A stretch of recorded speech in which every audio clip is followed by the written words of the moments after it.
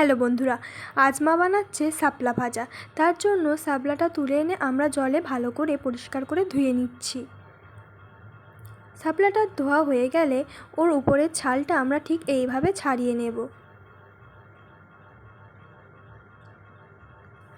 তারপরে একের পর একটা শাপলা আমরা এইভাবে ছাড়িয়ে নেব।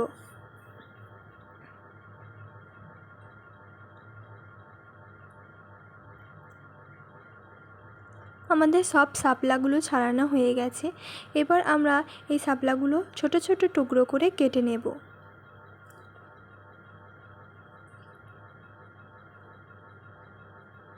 শাপলাগুলো আমাদের কাটা হয়ে গেছে। শাপলাটা কাটা হয়ে গেলে আমরা ওতে দিয়ে দেব পরিমাণ মতো লবণ। লবণটা দিয়ে হাত দিয়ে একটু মিশিয়ে নিয়ে ওটা আমরা কিছুক্ষণের জন্য ঢাকা দিয়ে রাখবো, যাতে জলটা ঝরে যায়।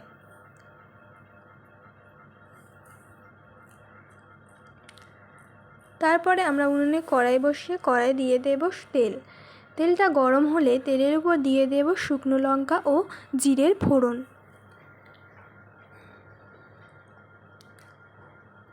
দিয়ে একটু নাড়াচাড়া করে নেব। তারপরে তেলের উপর দিয়ে দেব কেটে নুন মিশিয়ে রাখা শাপলাটা দিয়ে ওটা ভালোভাবে নাড়াচাড়া করে ভাজতে হবে। তার জন্য অনেকক্ষণ ধরে নাড়াচাড়া করতে হবে। শাপলাটা ঢাকা দিলে চলবে না, ঢাকা দিলে অনেকটা জল উঠে যাবে, তখন ভাজাটা ঠিকভাবে হবে না। শাপলাটা এইভাবে অনেকক্ষণ নাড়তে হবে। তারপর শাপলাটা যখন হাফ ভাজা হয়ে যাবে তখন ওই শাপলাটার উপর দিয়ে দিতে হবে হলুদ গুঁড়ো, দিয়ে ওটা নাড়াচাড়া করতে হবে। শাপলাটা এইভাবে নাড়তে নাড়তে যখন ভাজা হয়ে যাবে তখন ওটা একটি পাত্রে তুলে নেব। আমাদের শাপলাটা ভাজা হয়ে গেছে। এবার এটা আমরা একটি পাত্রে তুলে নেব। দেখো শাপলা ভাজাটা কত সুন্দর দেখতে হয়েছে। তাহলে আপনাদের এই ভিডিওটা কেমন লাগলো? যদি ভালো লাগে তাহলে সাবস্ক্রাইব করুন এবং লাইক কমেন্ট শেয়ার করুন।